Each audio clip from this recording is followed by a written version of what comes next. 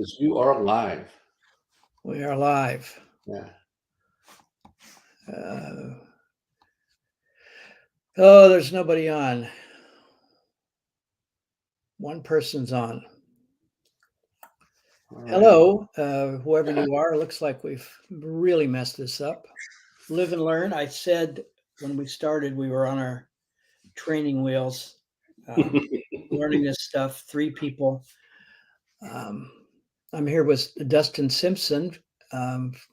Anybody out there can send us a message and just say that you're hearing us. I'd appreciate it. And where you're from, too. Where are you from? Anything you want to talk about? There's 2 people.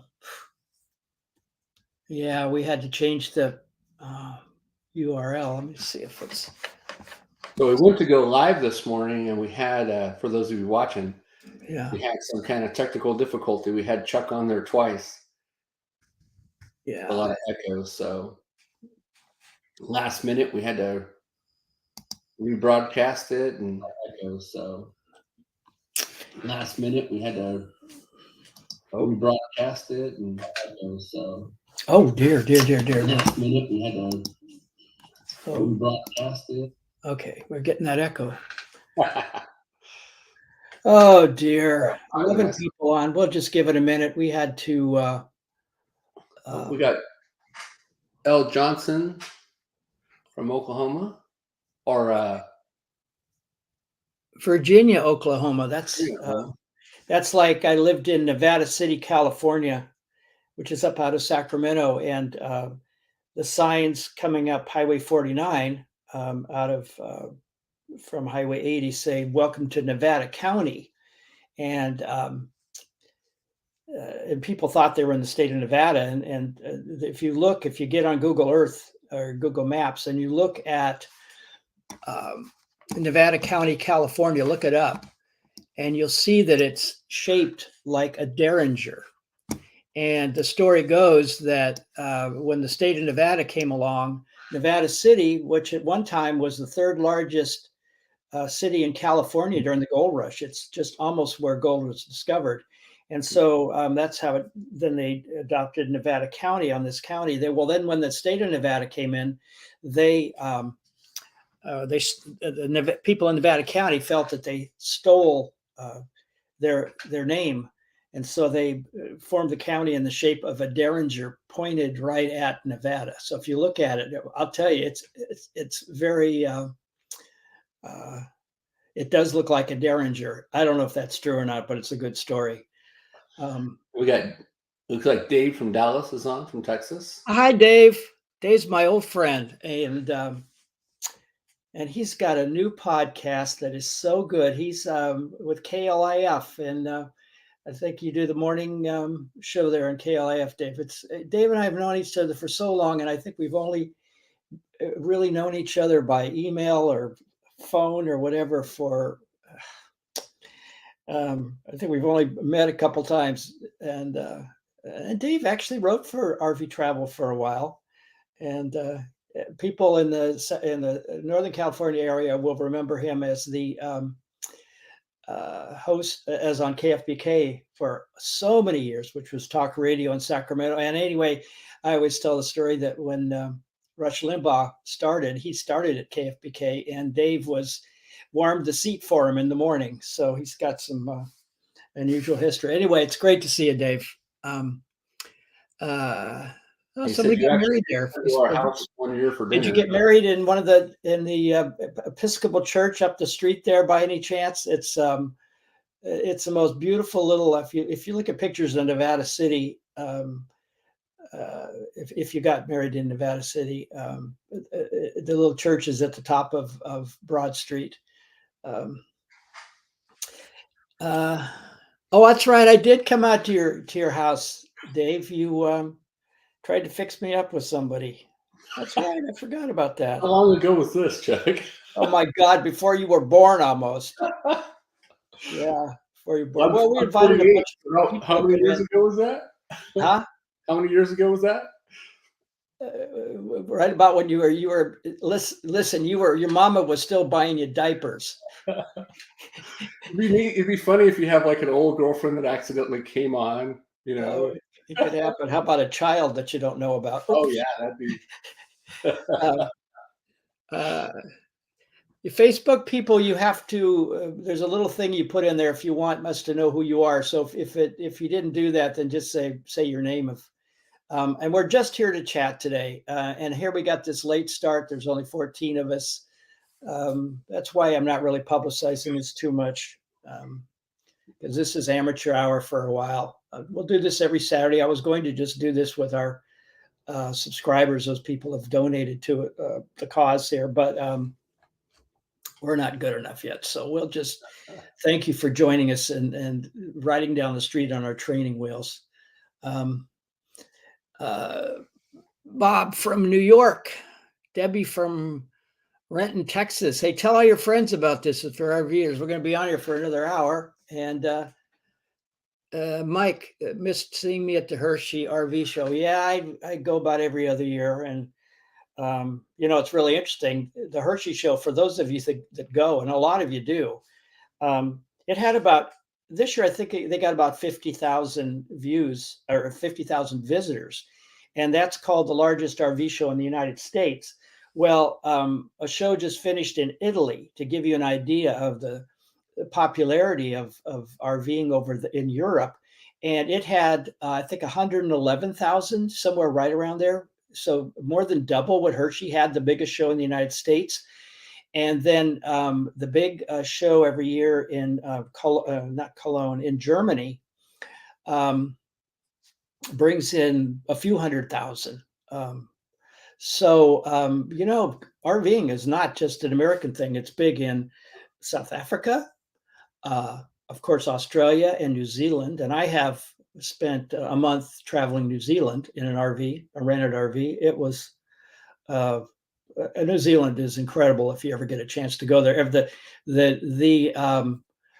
whole, it's like if you took the best parts of the United States and you got rid of all the ugly parts and you just took the very top beauty spots and put them into a region about the size of California. That's what New Zealand is. Every time you turn a corner, and I know we have readers down there, so if any of you are down there, tell us where you are. Maybe I visited. But anyway, it's incredible. And I was in Turkey about I don't know, about 8 years ago, and lots of campgrounds all over Turkey. They're nuts, and of course, France and in the UK, different RVs than we have. They're smaller. You really don't see the big diesel pushers at all. I mean, the roads are narrower. And did anybody read today's issue of RV Travel and have any comments? Our story was about one of 6 of our readers has an RV that's not can't be used right now because they can't get repairs. And Ottawa, Canada, Gary from Canada, Ottawa, they can't get repairs. And I quoted Dustin because he has a wonderful shop in Lodi, California, near Sacramento. And I quoted him on why. I mean, you're booked until you have 7 or 8 days. Excuse me. You're booked until January. Till January. Yeah. So what do people do? I mean, and you can't get technicians. Is that right? Yeah.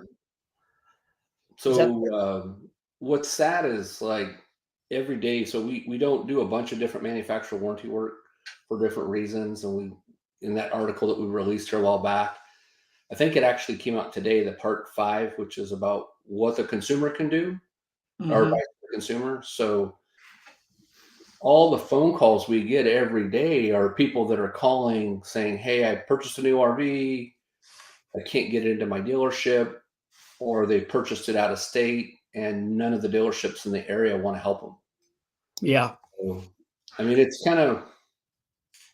unfortunate. I mean, you think you go buy like a Ford pickup truck and you can take it to any Ford in the United States.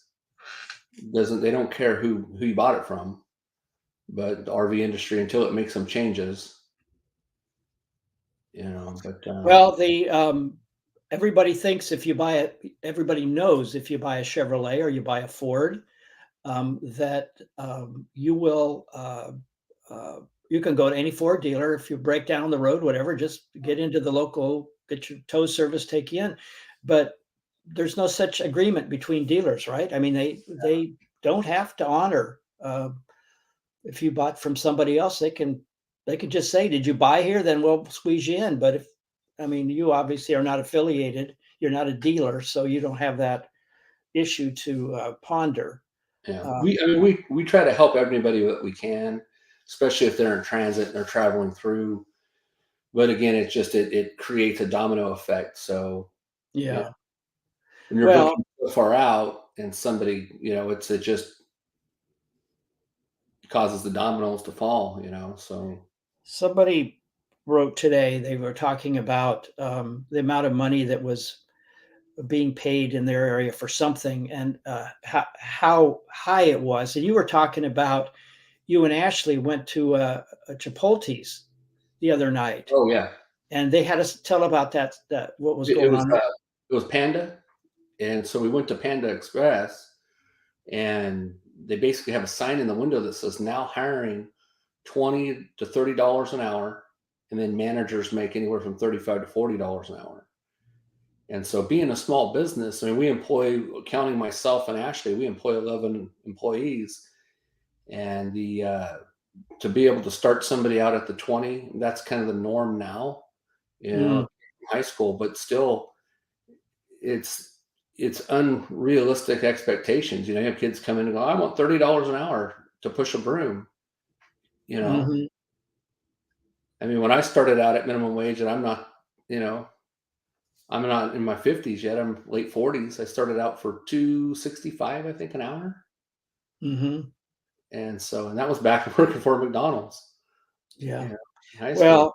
Well, um, it was a friend of mine when I was on the road 2 years. This was about 8 years ago, somewhere right in there. Um, um, had gone up to some small town in Nebraska, or I don't remember when, but she was in the office when this guy came in to get his paycheck, and so he asked the clerk about it, or the payroll person, how is my raise in there? And she says, yeah, you're up from, I think it was like, we've raised, you're up, you get to $13 an hour now. And he was getting 11, something like that. It was right around there. Yeah. And it was just, this of course was a very small town, but so $20 an hour that you might pay in a town like Lodi, which is, in Oh, a yeah. major market. Um, uh, I mean, fast food. Why does anybody have to go through a training program when they could get the same thing at a fast food joint, right? I mean, is that the problem? I think so. I mean, even they've got a new adult Happy Meal out for $12. Yeah. Oh, You is that know, right? Yeah. so just everything has gone up so much. Like I was talking to another RV repair shop owner, and he said that most of his guys that they're losing them to other dealerships because they can't compete. Mm, But some of these dealerships are charging $220 an hour for labor, and the average person can't afford that. I see Gary Hammond shared something here a couple minutes ago. He said my site out got stuck in, and I had to wait 4 weeks to get an appointment, and they've had it now just over a week. Um, he said this is not a dealer; they just do RV service. So, hey, Gary, is it a Swintech slide out, or what? Do you know what brand of slide out it is? And he says he's in Canada. I think he said he was in Quebec. I suppose things in Canada are pretty similar to here. I mean, they have the same issues about LCI. CI. Yeah. Yeah, so it's and Gary, is it a Schwintech? Is it a At the rails or on the outside of the walls, or is it under the floor slide? They've so LCI's been having a bunch of problems with their slide outs. The Schwintek slide outs, they're just rack and pinion. Okay. So yeah, under the floor, he said. Well, aren't uh, is how much of your business is slide out issues? Is it are they a problem? I mean, kind of universally? Yeah. I would say the two most common issues is if it's a class A or class C and it has a leveling jack system, it's Uh-huh. leveling jacks or slide outs. If it's a fifth wheel travel trailer, it's always starts out with slide outs, or if it has the big like hydraulic 4-point or 6-point systems in it. Mhm. And most of the time, what's um, most of the time it's usually voltage. Mhm. So like we have been talking with Dave on our tech and our RV tech Oh, talk, yeah.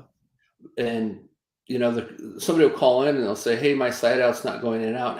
Actually, Ashley just had one the other day. She came into my office and she said, "Hey, they just left their house with the RV and they're going to be out traveling for several weeks, and it was skipping as it was going out, so it was kind of jumping." Mm, And so when she asked him, she said, "How many slide outs do you have?"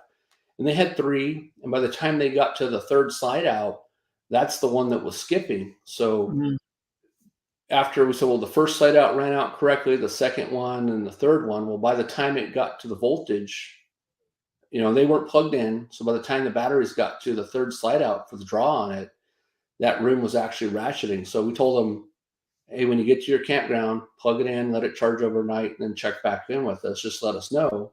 And sure enough, that's all it was battery voltage. So we actually were able to send them that link of that article talking about mm, checking the water in the batteries and how often. But a huge majority of the time, it all comes back to batteries. mhm. Um, I think, you read, all the time about, most repairs can be made by RVers themselves. But, there's a lot of people that just aren't handy. They don't we had did a survey we've done surveys, what kind of how many tools do you carry? And most of them carried, screwdriver, hammer, basic stuff, yeah, pliers. They're not going to do a whole lot. And now you've all these new people out there that have come in. I mean, I hear complaints from RVers that the situation in the campgrounds with the number of newbies out there who have no idea of etiquette, even how to dump their RVs, anything. yeah, This huge increase, just to 600,000 RVs last year. yeah, Now it's dropping to 400,000. It's starting, the pandemic's easing. People are going back to Europe. They're getting on cruise ships. Um, and I think one of the stories we're going to be looking at is what's going to happen to value of used RVs um, in 2023. I mean, what was it? 13 last month from August to September. Yeah. The wholesale price at auction for motorhomes went down 13% mm, and about 3.5% for towables. Well, I suspect the same thing's going to happen um, this month too. yeah. So I've lots been of seeing change. it in our area. All the consignment lots, they're full, and then the Are dealers they? Yeah. are all full too. So I don't think it's any more of a supply and demand. Now it's going to be a saturation point. Yeah. So I think we're going to find that we're going to have too much, and they're going to be lowering the prices after a while to get rid of them. Yeah. They're going to have to. I mean, but who's going to buy them? I mean, anybody who took a basic economics class knows what's going to happen when you got too much supply and too little demand. Yeah, It's going to be a time to buy, I think, next year. yeah, next year Um, for sure. yeah. Um, Which then also trickles down the effect to shops like mine or even the dealerships. You have somebody that bought it right at during the pandemic. Now they're getting rid of it. Now it's going to get resold, and then mm, it turns around and recreates another customer looking for repairs. I just hope they just don't get discouraged, because a lot of the campgrounds in our area burnt down from the fires up north. Oh yeah. And so you have damaged campgrounds, you have overcrowded campgrounds, like you've done articles on. Yeah. And now you have all these people that can't use them. So in your poll, you said that was 1 out of every 7 of One the out of every 6. or every 6 readers. Wow, that's a lot. That was 1,200 readers. It was a survey we did last week, and we just asked them, is your RV out of action, cannot be used because you're waiting for repairs? I'd never, 1 out of 6. And I saw that, and and granted, that's our audience. It's an older audience. But that's ridiculous. What if 1 out of 6 cars were sitting in their driveways in your neighborhood? This is the RV industry, and I've been in it a long time as a writer, journalist, is a really not highly respected industry, in my opinion. It's not. It's like it's the Rodney Dangerfield of industries. It don't get no respect. And if you had 1 out of 6 cars that was waiting to get into their dealer to get fixed, the government, everybody would scream. But the RV industry just is just not paid that much attention to. And there's nobody out there that's talking about this stuff except us. Everybody else is just saying what they have to say to get Another sale. to get a sale, and all the information that's out there is written by artificial intelligence. Not all of it, but so much. It's in the last year. It's we've been writing about it. We created a character called Johnny Robot, and you can write a story about how to buy an RV, how to sell an RV, how to change your oil in your RV, anything you want. Just get a title, go to an artificial intelligence site, and it will write a reasonably good article on that subject for you in a couple minutes. Yeah. And if you don't know anything about RVing, stuff's going to slip by. Like one the other day I saw was it was from a respectable website, blog, whatever you want to call it, and it said some RVs do not have garbage disposals. Some RVs. I'm sorry, there's like no RV with the garbage disposal. You couldn't do it. But I've never seen one. No, but the reader didn't. The writer used artificial intelligence, and he didn't recognize that because he'd never been in an RV, he or she. Yeah. Another one stopped in the middle of the article and said, "I bet you are interested in the difference type." What was it? It was about odors in your. No, that was the other one. Anyway, it was. They said you probably are curious about what exactly is an RV, and it said a motorhome that has an engine is a RV, and then it said trailers are like RVs, yeah. except they have to be towed. Well, a trailer is an RV. They're all. It's like a car, and then you've got a sports car, and you've got an SUV. They're all, and this is epidemic. And I think it's part of the reason that I am still working, is because there's so much misinformation. There's so much laziness, and I'm angry about it. Yeah, maybe I'm a geezer that's the good old days, but I don't think really it's that. It's an industry that is totally consumed and has a mandate to because its money comes from manufacturers to sell RVs, and they don't care what happens afterwards. So I could rant for hours. So are we got some comments coming in? We've got somebody from Florida, and I was just kind of curious to see. Yeah. Think about all the units. I've seen videos now, all the units that were flooded down there in the campground. Yeah. So all the people that are, and that's such a bad situation, so I really feel sorry for everybody out there. The power's out, it's flooded. I mean, I can't even imagine being down there, but that's where you would think our industry could really help out, whether it be the government or whatever, Yeah. supplying units for people to stay in. But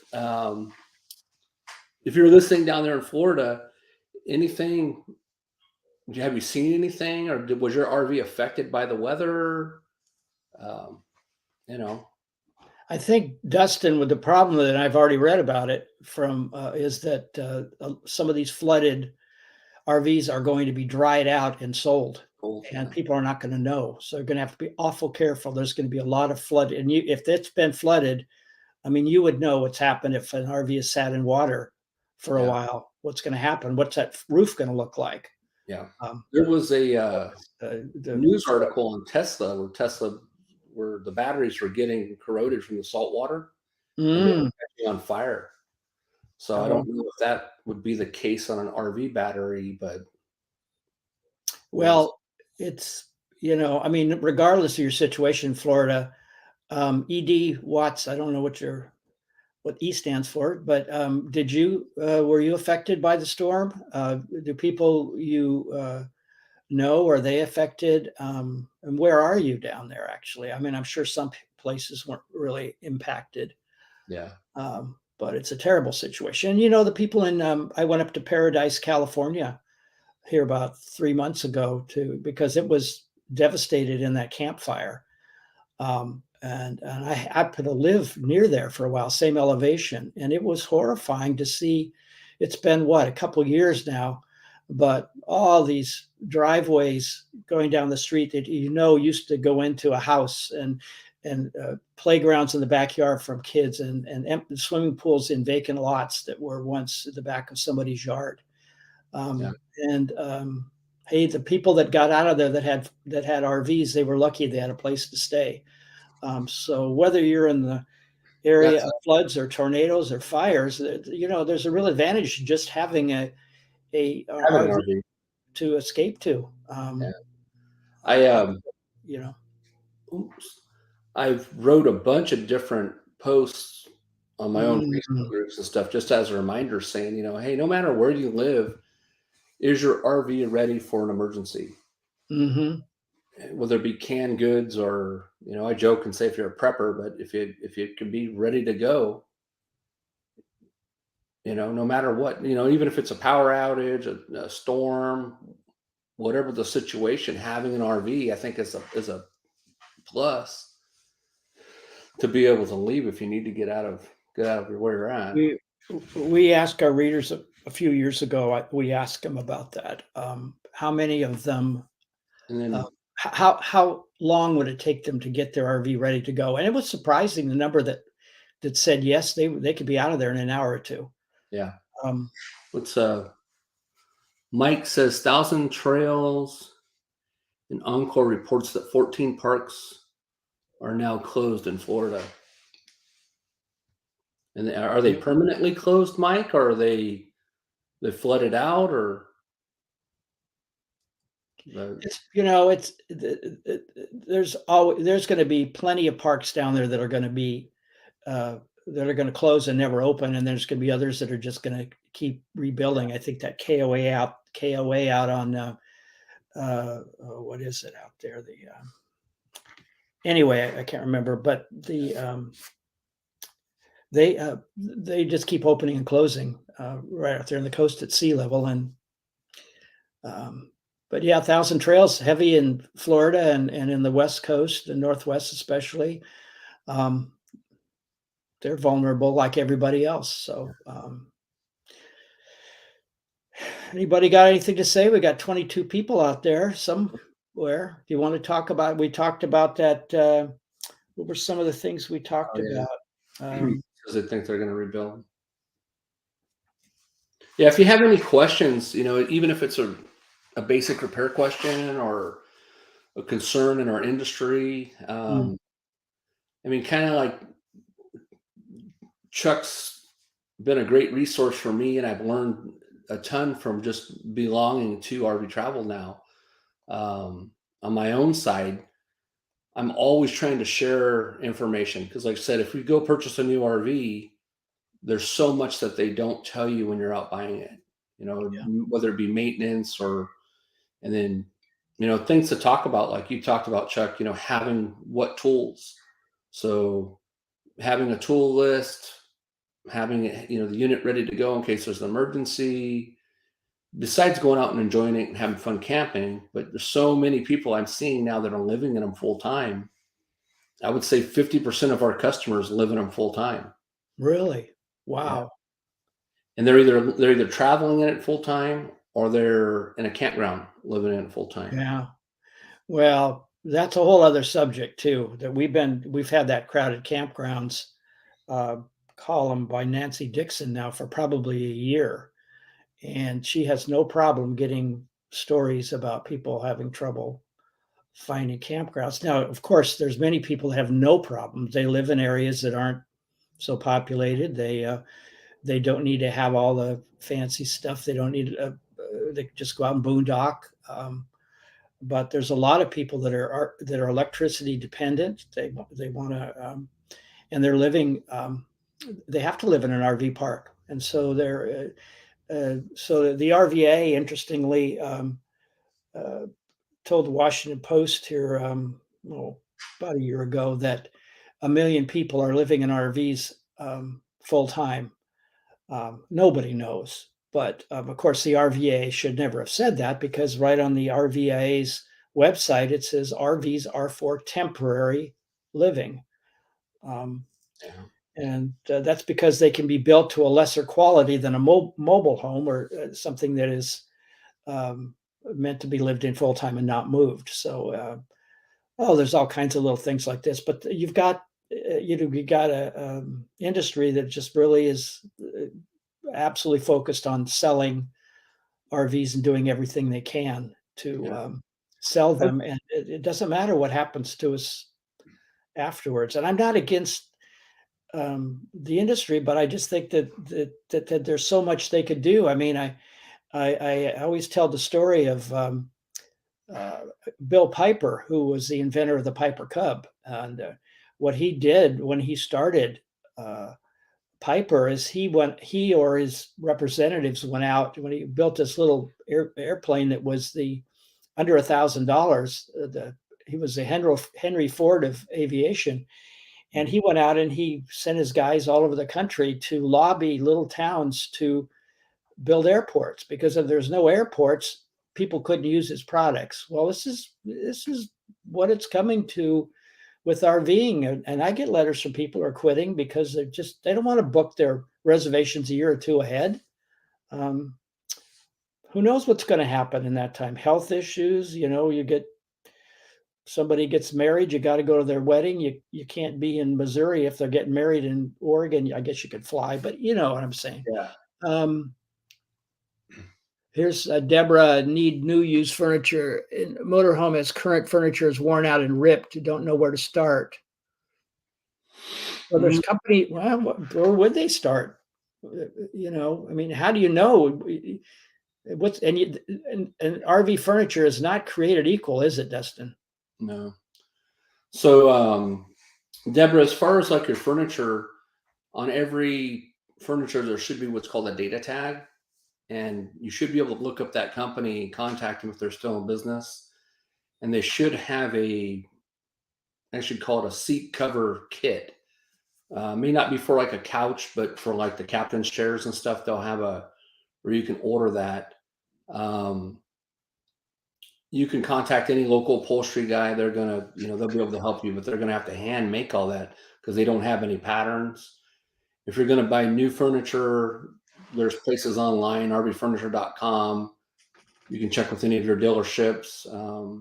LCI makes furniture. There's, Thomas Paine Collection. There's a lot of good companies out there.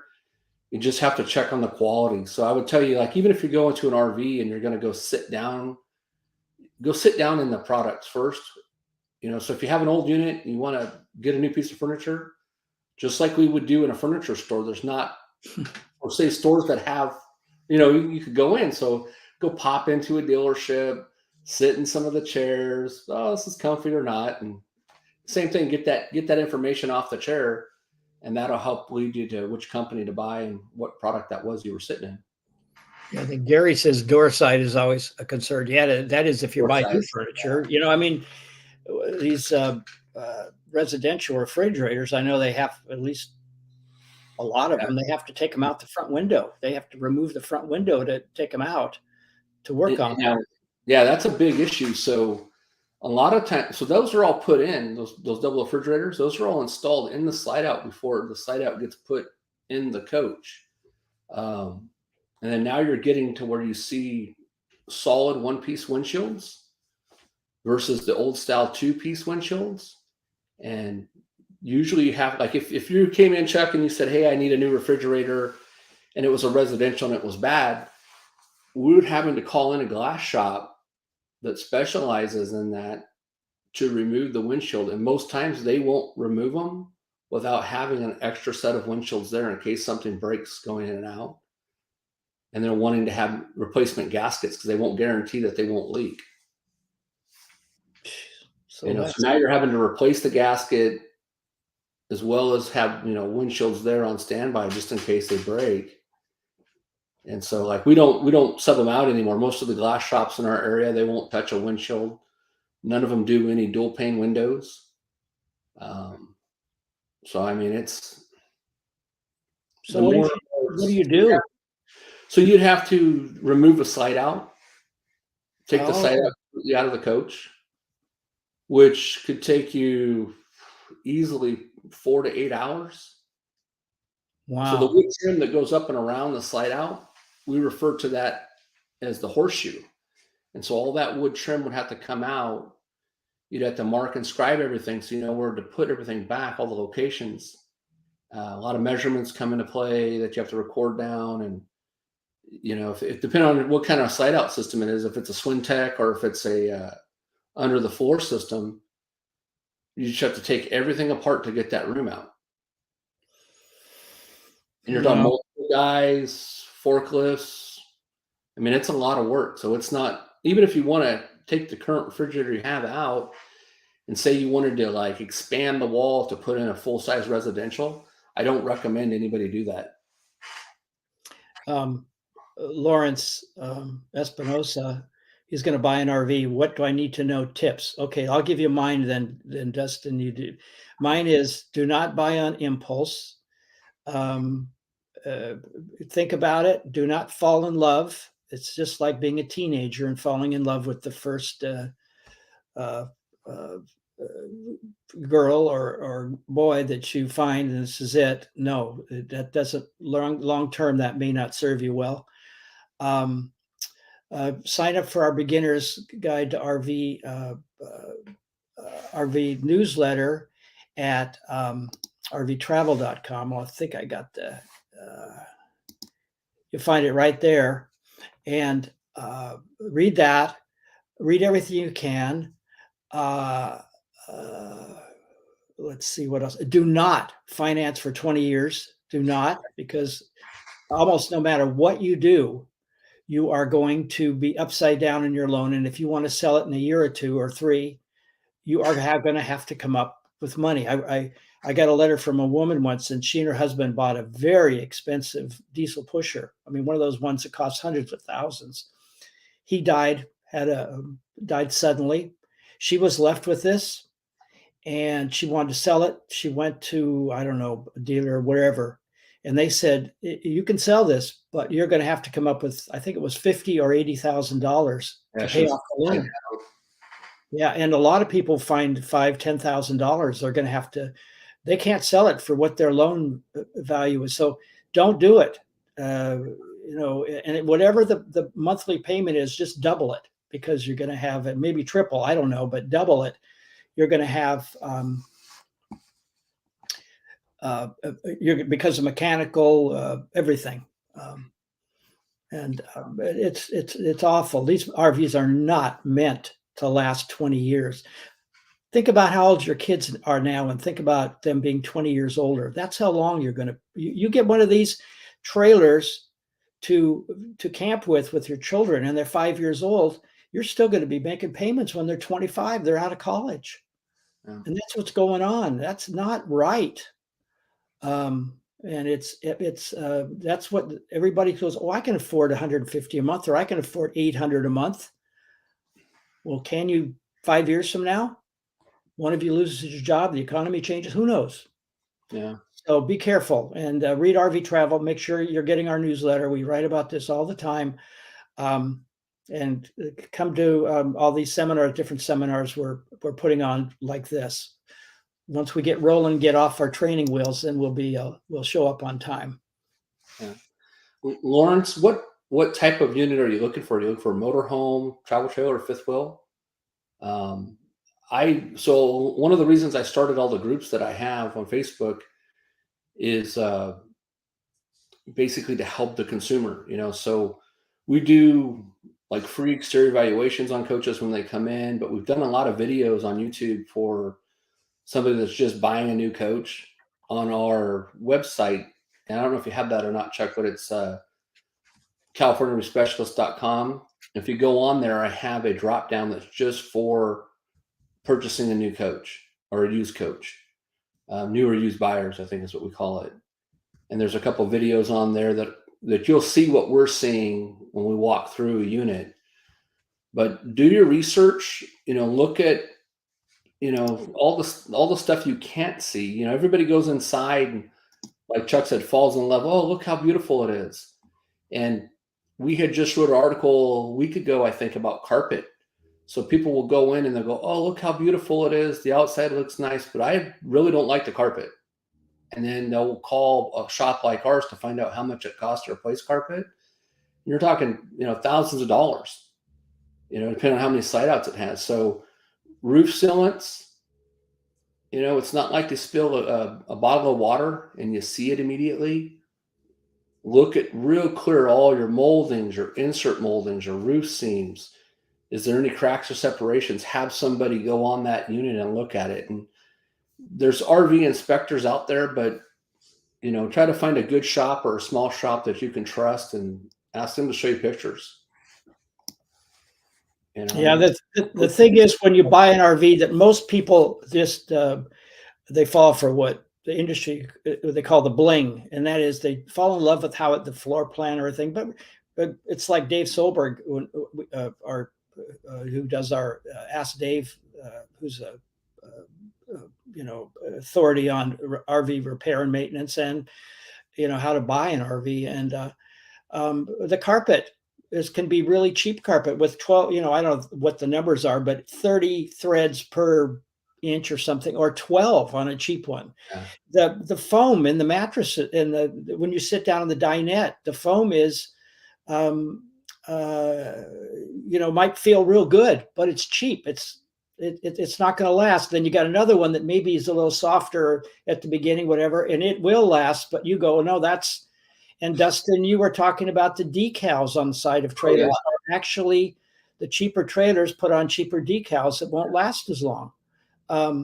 Different grades. Yeah. Your Gary Bunzer, my late friend who died of COVID a year and a half ago, 2 years ago, he used to always talk about the ducting. And I've never talked to you about this, Dustin, but he said that sometimes a company would, to save money, would, instead of cutting the ducting to go directly to a vent, they would just curl it all up, run it around, because it was faster to do it that way and spend a little extra material than it was to go in and cut it and get a position right. So your air had to go from the furnace all over the place to get to the end, and so it was a cooler.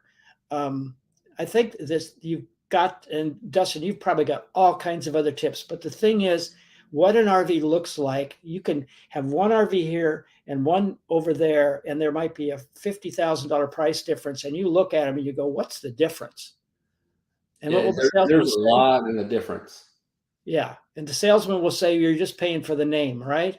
No. But really, the manufacturer can put in a cheap water pump or a good water pump, and I suppose, Dustin, you can talk about everything along that line. They have a choice. Yeah, I mean, I get asked that question all the time. Hey, I'm going to upgrade or downgrade or buy new or used.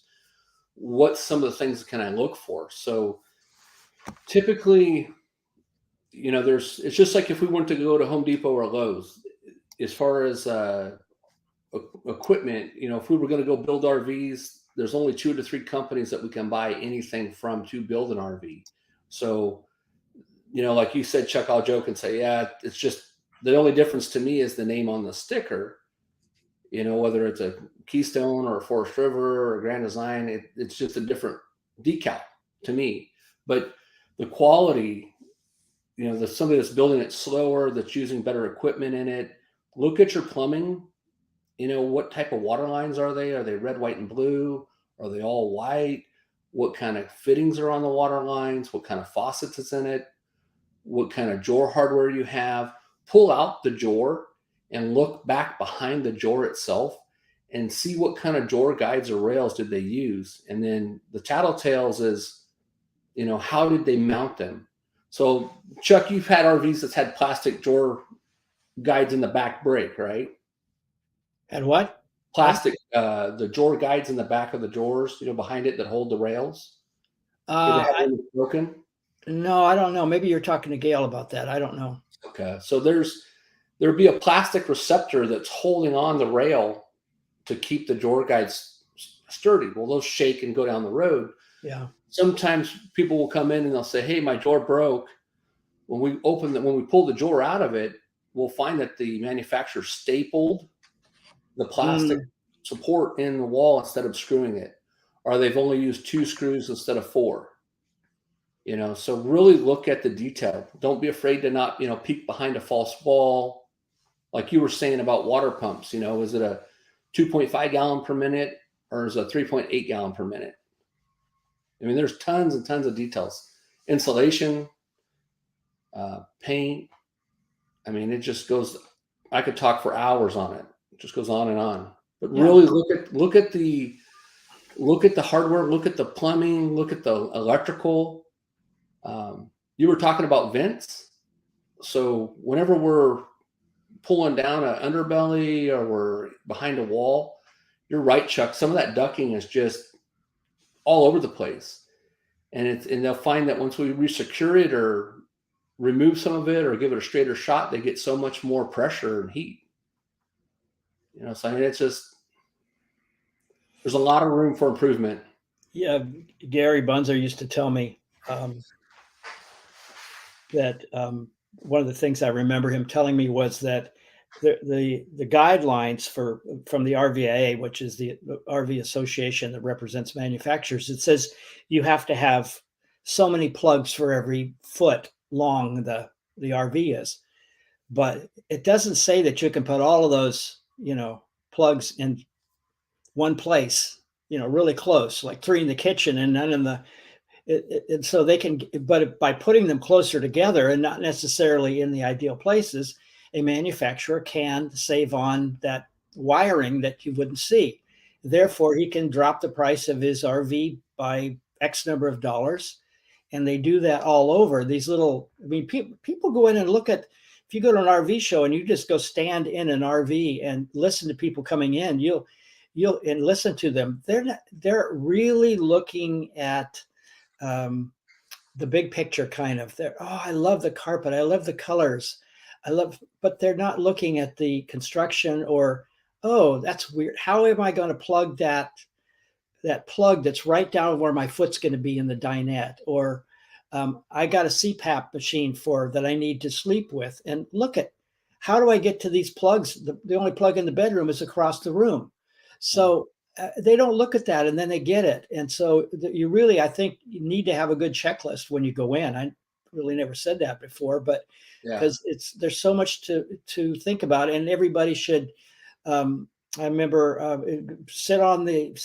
went into I was in an RV show just recently and had a sign on the bed, and it says, "Do not sit on the bed." And I thought, oh my goodness, how can you judge an RV? Because I've been in RVs where the beds felt like a box spring without a mattress. They were awful.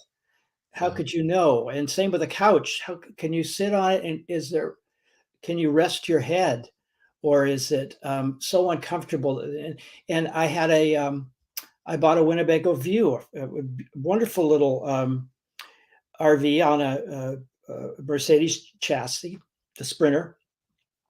It had the TV up near the just below the ceiling, and it actually sitting on the couch, it was easy to see the TV. It was right there, easy, except it didn't. They didn't put a mechanism in there to tilt it down a little bit. So if you sat on the couch, You couldn't see you it. wouldn't get the full colors, and Yeah. you know what I'm saying. And so for another $10, they could have put a better TV mount in or TV bracket. mount. And but if you don't, if you just sit down and you'll kind of glance up, oh, the TV's in a good spot. But it's not until you actually turn on the TV and sit down and Yeah. realize that you got to get up and sit on a pillow to see the TV. So I mean, all that stuff is. I would Um, say that you're right. I mean, we're always getting asked to relocate outlets or add an additional outlet to an area where they can plug in a CPAP, or they'll put outlets in some real weird spots. mhm. And then, TVs, another good one. Either they'll mount TV here, right? And it's in a bad spot. Oh, they're bad spots. Your neck is gonna be killing you if you watch some of the where those TVs are put in. It's mind-boggling how who designed these things. Yeah. I was gonna say our RV Daily Tips that comes out Monday through Friday is full of little tips like what Dustin and I are talking about here. If you're not getting it, every issue is just got so much information about just little tips like we're talking about, and of course, I highly recommend it. But And um, check out um, units in the summertime too if you're going to go purchase. How hot is it inside? Uh, mm, Wintertime, if you're gonna go and buy it to live in full time, how cold is it in there? Because I don't think a lot of we'll say newbies, or they don't realize how cold an RV can get. Sometimes the um, heaters work real good. Sometimes it's undersized for the unit. Same with the air conditioners. I would say that people should talk to people that own these RVs. For example, I bought my RV used in Las Vegas, and it was 110 degrees. And we ended up staying in the driveway of the people we bought it from, and running those two air conditioners, and it kept it really cold. Yeah, So we were lucky. But what if we had bought that in the winter when it was 31 degrees? We would have no idea what the air conditioning system was like. So sometimes you just can't. I took a press trip once, and they gave us a very inexpensive Class C motorhome, and I'm telling you, the water pump in that thing sounded like a garbage disposal. It was awful. So, and do you try the run the water in an RV showroom where there's no water in the RV? And how do you yeah. run the Typically, it's heater not. when there's no propane in them? I mean, you've got to really uh, look around, talk around. These are just too expensive of a purchase for most people to not be careful. You cannot assume that it is going to um, you're going to get it, take it home, fill the fridge, get your bedding and the whole bit, and you're going to take off on a trip. No, very often you're going to have problems. It's not like a car. And then you're going to find out the things you didn't pay attention to. Oh, I didn't realize cupboards. When you open a cupboard, You can't open it all the way up. you'll just let it go and it'll drop. And a good one will have some way to lock it up there, or at least have some Yeah, hydraulics. spring loaded hinge. Yeah, And but people don't do that. And they don't lie down on the bed and imagine that that's what they're gonna sleep on. So uh, they're uneducated. And finally, I will say this. And the problem with RVs, buying an RV, is that you just fall in love with the idea. And the RV industry is the pictures of RVs. They're always out on the coast. And there was one picture that's run all over that came from the industry, and it's this Class A motorhome, and it's the sun is setting over the Pacific Ocean, and it's up on a bluff. I happen to know that's just a pullout. yeah.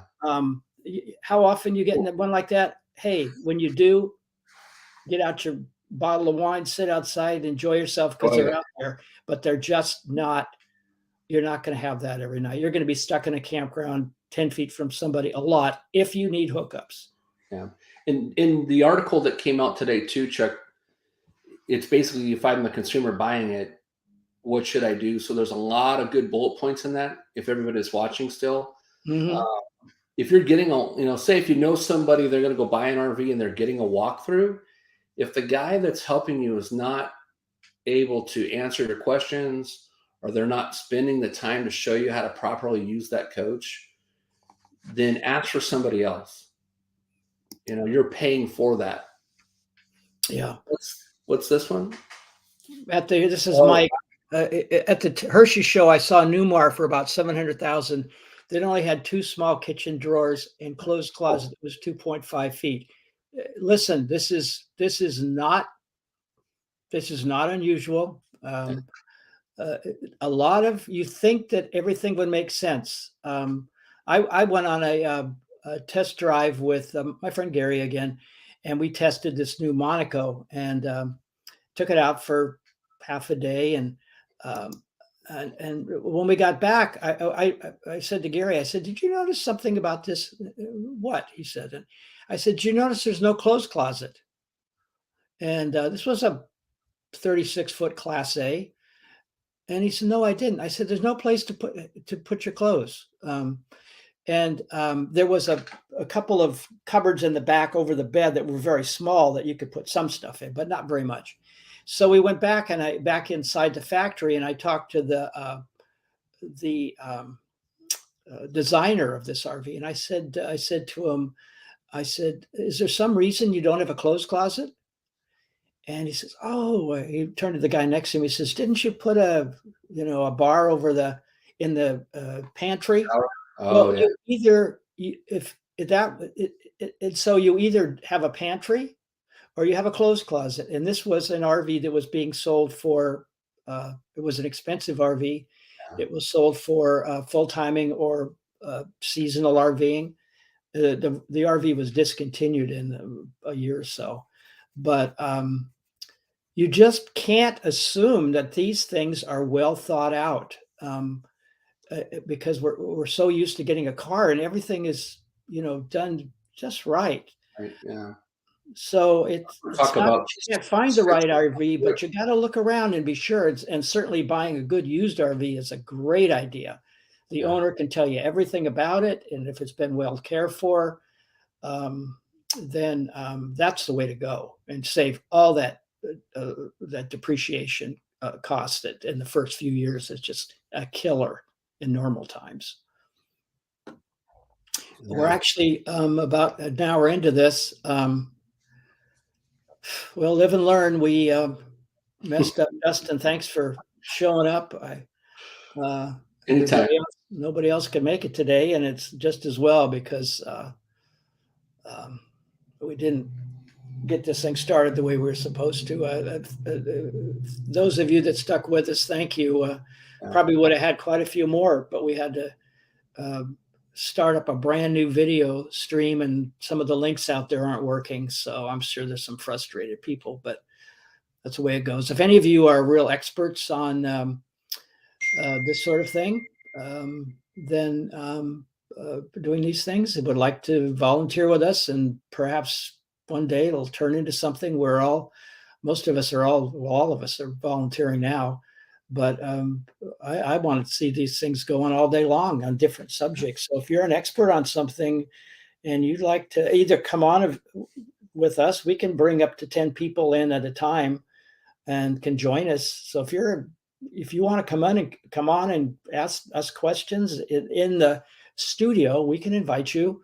And so please, Chuck at rvtravel.com. Chuck at rvtravel.com. Let me know. And hey, come on next Saturday. So Dustin, did you have anything else to say? No, just we appreciate everybody following and watching, and like Chuck says, as we continue to grow this channel, hopefully we'll provide you with good tips and tricks and advice and things that you can share with your friends and family and anything RV related. I mean, I sometimes I know we'll get into a negative on stuff, But I love RVing. Chuck loves I RVing. love RVing. That's what we're here for. Is we're here to help. Yeah. Yeah. I absolutely love it. I've been doing it 40 years. I know I only look like I'm 30, but I'm actually older than that. I went prematurely gray. But I've been doing this for 40 years, and I have seen a big difference in uh, everything to do with it, not just the RVs, but the lifestyle, the way people are using them. RVing was not cool for most of the time that I was in the industry. It was grandma's and grandpa's playhouse. That was the bumper stickers, or we're spending our children's inheritance. It was like that song. I think it was Barbara Mandel said, "Oh, I've been in country, something about before it was cool." Um, and That's kind of what I was when I started in my mid 30s. No, none of my peers were RVing, and I was the kid all the time. But time has gone by fast, and oh, there's an address if you want to. We are supported in part by our readers. Some of our readers, 4% of our readers provide, whether it's $5 once or $5 a month or whatever, to keep us going, so we don't have to be dependent on advertising. And as far as I'm concerned, we're the only really mostly unbiased website out there, rvtravel.com, and that really is in part because we just don't really have to worry about selling advertising. It definitely helps, but I'd rather have our readers chip in a little bit and not have that pressure that comes with advertising. And I don't care what anybody says. If you take money from somebody, especially a lot of money, then I've been in the publishing business my whole life, and I know that the pressure that puts on you to keep your mouth shut if you see something wrong, or say something nice when you really shouldn't, because, hey, I don't want to lose a few $1,000s because I say something that I'm honest, you know. So Whenever I say something about a company, I'm not getting paid from anybody except for the yeah, hardworking people that are actually paying us to do the work. So if we yeah, talk about a business or a company, there's no sponsorships or free things or anything like that. It's just, because I like the product, or if I don't like the product, excuse me. I throw it Well, out. I get letters every day from people that want to, companies that want to pay us to run articles, and it might be hundreds of dollars. And all I got to do is copy it and put it in there. And some of them will say it's okay to put sponsored posts. Others say no, can't do it, and they might even pay you more. And we could make thousands of dollars a month just by doing that, but I'm not going to do it. And so we got a few more comments here. Let's see what. Mike, thank you for thanking us. Bob W, again, thank you. Facebook user. Thanks, Bob. And all of you, tell your friends. We'll be back here again, 10 a.m. Pacific next Saturday. Hopefully, if we do it right this next time. And Dustin, hopefully you'll be here, because you're so full of information. You don't find people like you that are willing to talk so openly about all this stuff. And you know what? You got a lot to share. So I hope we can build this audience up big. Me too. And just have, and also I always think of this as just like sitting around a campfire. We get 3 or 4 or 5 people on here, and then all of you that are joining us by chat, and have a few laughs and learn something. And If you have any requests, make sure you send them to Chuck so that he can kind of give us a heads up, but anything, if you want to know anything, if I can answer anything, I'll be more than happy to help share it with you. Yeah. Try to steer you in the right direction. Yeah. Chuck at rvtravel.com. I don't think I have a graphic, and I'm too lazy to type it. So anyway, have a good day. You too. Thank you, Dustin. I'll be in touch with you. And so I'm going to sign off. Yep. Thanks everybody for following. Goodbye. Bye-bye.